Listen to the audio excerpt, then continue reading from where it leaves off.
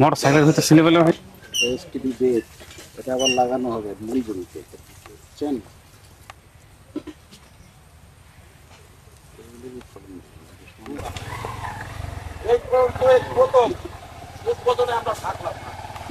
কথা বলার পর স্যার বললো যে চলে চলে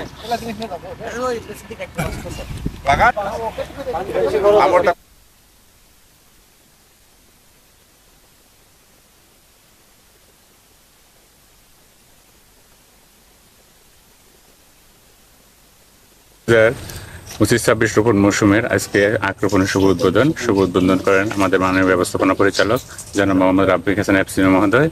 আজকে আমরা আমাদের কৃষি বিভাগের 82টা ইউনিটে একযোগে আখ রোপণ উদ্বোধন করেছি। চাষিদের স্বতঃস্ফূর্ত অংশগ্রহণের মাধ্যমে আশা করতেছি আমাদের লক্ষ্যমাত্রা নির্ধারণ করা হয়েছে 6000 একর, কৃষি বিভাগে 4400 একর, খামারে হচ্ছে 1600 একর। আমরা আশা করি আগামী এই রোপণ মৌসুমে আমরা আমাদের কাঙ্ক্ষিত লক্ষ্যমাত্রা অর্জন করতে পারবো। আমাদের পর্যাপ্ত পরিমাণ টিএসপি, ইউরিয়া, এমওপি সার এবং কীটনাশক মজুদ আছে। আমরা চাষিদেরকে সকল উপকরণ সহজে দিতে পারবো।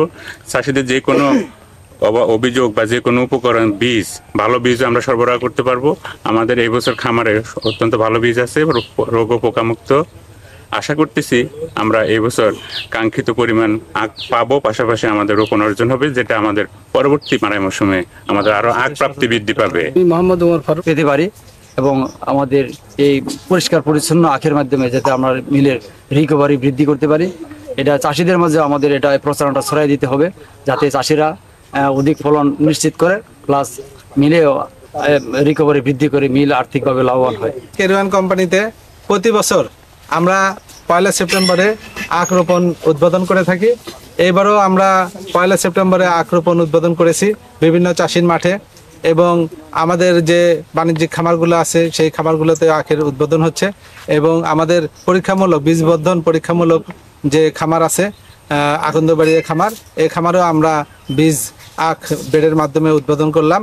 আমরা আশা করি যে আমাদের এই রোপণ মৌসুমে আমরা আমাদের লক্ষ্যমাত্রা অনুযায়ী 6000 একর প্লান্টেশন আখ আমরা আবাদ করতে পারবো, রোপণ করতে পারবো, এবং আমরা আশা করি চাষিরা যথেষ্ট ভালো ভূমিকায় আছে।